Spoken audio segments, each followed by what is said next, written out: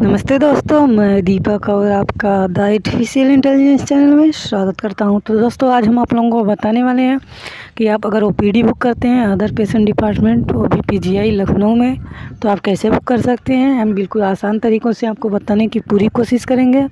तो दोस्तों, ये बहुत ही अच्छा ऑप्शन है। अगर आपका इलाज अच्छे से नहीं हो पा रहा है या पैसों का अभाव है तो आप सीधे ही पीजीआई यानी लखनऊ चले जाइए, वहाँ पर आपका इलाज अच्छे से होता है। तो दोस्तों, जाने से पहले एक फॉर्म होता है, उसको फिलअप करके वहाँ पर ले जाना पड़ता है। तो आइए हम पूरा प्रोसेस बताते हैं फॉर्म भरने का। तो वीडियो को स्टार्ट करते हैं। सबसे पहले आप अपने मोबाइल के ब्राउज़र में जाएंगे। आप किसी भी ब्राउज़र में जा सकते हैं, क्रोम ब्राउज़र पे जाइए या गूगल ब्राउज़र पे जाइए या कोई सैमसंग के ब्राउज़र पे जाइए या कोई भी ब्राउज़र पे जाइए। उसके बाद आप गूगल सर्च कर दीजिए। जैसे ही आप गूगल सर्च करेंगे उसके बाद गूगल सर्च बार में आप जाइए। गूगल सर्च बार में आप वहाँ लिखिए बुक ओपीडी पीजीआई लखनऊ, जैसा कि मोबाइल में दिख रहा है। जैसे ही आप बुक पीजीआई ओपीडी लखनऊ लिखते हैं उसके बाद आप सर्च कर दीजिए। जैसे ही आप सर्च करते हैं आपके सामने अपने ढेरों सारी लिंक उपलब्ध हो जाएंगी। तो आपको केवल पहले ही लिंक पर टिक मार्क करना है, यानी पहले ही लिंक पर क्लिक करना है। आप अदर लिंक पर क्लिक नहीं करेंगे, कुछ ऐसा इंटरफेस होगा। उसके बाद आप चेक मार्क पर यहाँ कर देंगे। यहाँ पर आई है ऑल दी एबव इंस्ट्रक्शन, यानी इस पर चेक मार्क करके आप नेक्स्ट पे कर देंगे। दोस्तों, आप जैसे ही नेक्स्ट पर क्लिक करते हैं आपके सामने कुछ ऐसा इंटरफेस होगा। तो सबसे पहले आप फॉर्म को देख लीजिए बारीकी से। उसके बाद आप डिपार्टमेंट दिया है, यहाँ पर आप उस पर जाएंगे, सिलेक्ट पे जाएंगे। यहाँ पर बहुत सारे डिपार्टमेंट दिया है, जैसे कि cardiology, endocrinology, general hospital, hepatology, hepatology, immunology, mental and reproductive health, medical genetic, microbiology, neurology, neurology, neurosurgery, nuclear medicine, ophthalmology, pathology, plastic surgery, pulmonary medicine, radio diagnostic, radiotherapy surgery. यहाँ पर जितने भी डिपार्टमेंट दिए हैं तो आप एक नंबर दिया रहता है, उससे पहले आप अपने डिपार्टमेंट को कंफर्म कर लेंगे। जैसे आप कोई भी डिपार्टमेंट चुनते हैं उसके बाद आपके सामने शेड्यूल होगा कि मतलब डॉक्टर कब कब बैठते हैं, किस दिन बैठते हैं। आपके सामने शेड्यूल होगा, उसी के हिसाब से आपको फॉर्म भरना होगा। एक फॉर्म केवल एक दिन के लिए मान्य रहता है, यानी 24 घंटे के लिए। तो अच्छे से देख लेंगे कि आपको किस दिन आखिर बुक करना है, किस दिन उस डिपार्टमेंट के डॉक्टर बैठते हैं।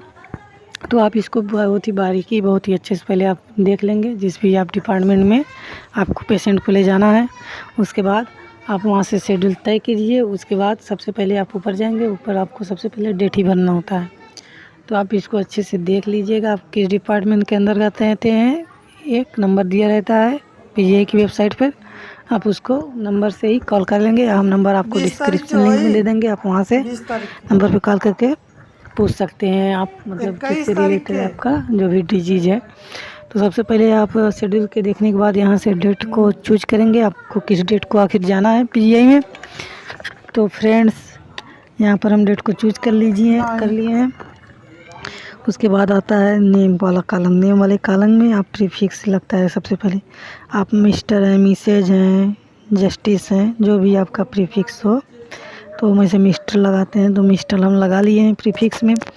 प्रीफिक्स जैसे ही आप भर देते हैं उसके बाद आपको फर्स्ट नाम भरना होता है। फर्स्ट नाम यानी पेशेंट का नाम। तो दोस्तों, आपके जो भी पेशेंट का नाम होगा आप यहाँ पर फर्स्ट नेम में पेशेंट का नाम डालेंगे। यहाँ पर मेंशन नहीं किया है पेशेंट नाम, लेकिन नेम दिया है तो आपका पेशेंट नाम ही रहेगा ऊपर। तो हम यहाँ पर अपना पेशेंट नाम जो भी है पेशेंट नाम डाल देंगे, फर्स्ट नेम लिखने के बाद आप मिडिल नेम लगाते हैं तो मिडिल नेम, वरना आप लास्ट नेम पर जाइए, लास्ट नेम फिल कर दीजिए।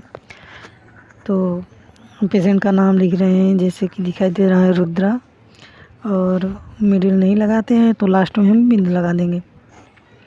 उसके बाद हम सेकंड वाले कॉलम में आते हैं। तो यहाँ पर चूज करने के लिए दिया गया है कि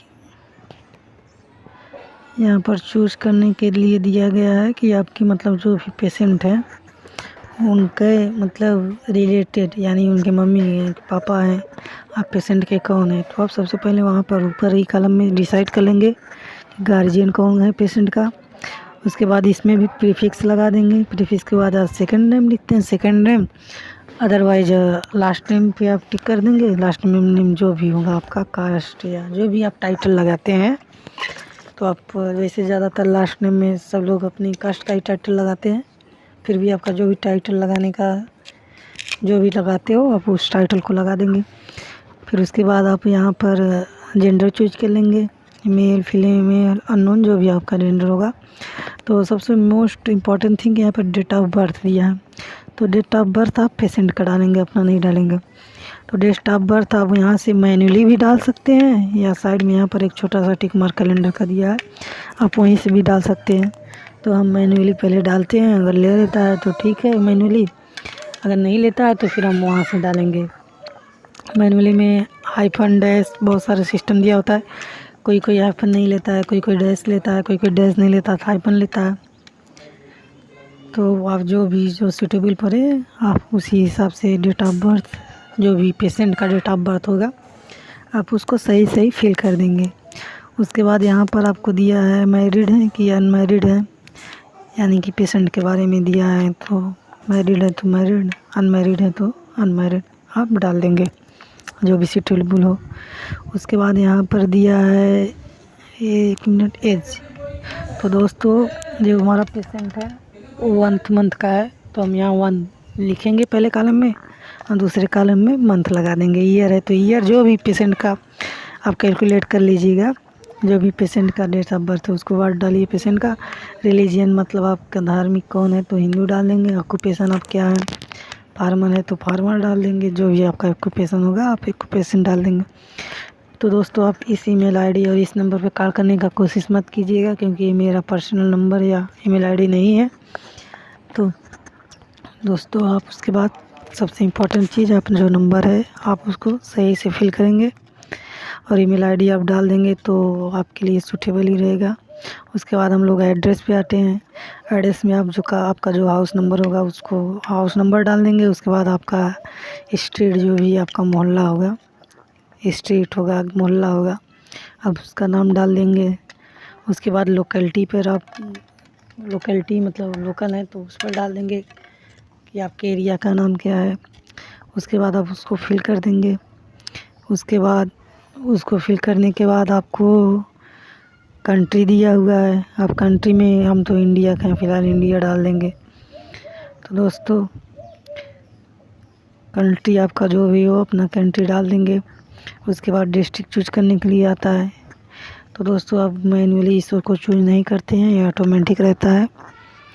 ऑटोमेटिक में आपको सजेशन देता है, तो आप इसको देख लेंगे स्क्रॉल कर करके कि आखिर आपका डिस्ट्रिक्ट कौन है। हमारा जौनपुर डिस्ट्रिक्ट है, जौनपुर डाल देंगे। उसके बाद डिस्ट्रिक्ट के बाद सेकंड जो कॉलम है पिन का है, तो उसमें आप अपना पिन नंबर डाल देंगे, जो भी आपका पिन नंबर होगा। यहाँ एक बार फिर से फ़ोन नंबर पूछ रहा है, तो दोस्तों फिर से आप एक बार फ़ोन नंबर डाल दीजिएगा। और नियरेस्ट रेलवे स्टेशन, अगर आप जहाँ रहते हैं आपके एरिया में आसपास कोई अगर रेलवे स्टेशन है तो आप उसको डाल दीजिएगा। आपके जो आसपास बगल में हो रेलवे स्टेशन तो उसको डाल दीजिएगा। उसके बाद आपका परमानेंट एड्रेस ऊपर रहता है और नीचे रहता है कि मतलब एक्चुअल मतलब आप कहीं और अदर एड्रेस पे हैं, तो अगर आप उस पे हैं तो कॉपी करके आप एक्टिव कर देंगे, तो आपको एड्रेस परमानेंट जो एड्रेस रहेगा वो एक्टिव एड्रेस से मैच कर जाएगा।